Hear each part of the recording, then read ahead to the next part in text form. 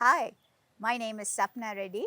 I'm a landscape photographer, and today I have 5 tips to share with you regarding how to create strong visual stories with impact in nature.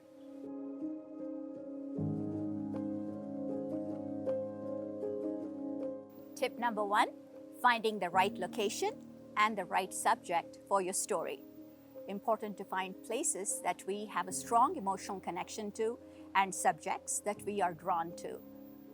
And remember, being innovative is far more interesting than trying to emulate what's already out there. Tip number 2, the time that we decide to create the picture.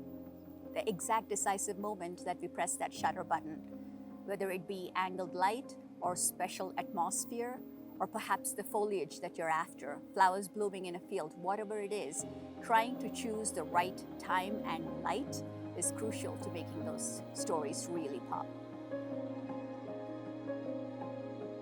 Tip number 3, talking about compositions, remember less is more. Think of your visual story as a drama that is being enacted on stage. If you have a smaller cast with powerful dialogues, it becomes a much more impactful drama. The same goes for the composition.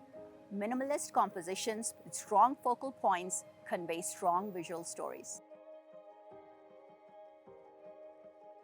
Tip number 4 goes without saying, come prepared with the gear. If you're shooting reflections, we'll need those filters. If we want to create a strong, intimate abstract, perhaps pulling out your long lens. So think ahead and plan and be prepared with the right gear so that you can create what's needed.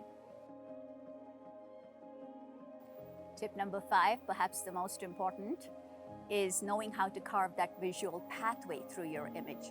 Controlling how the viewer's eye moves through your frame once the picture is created is very important.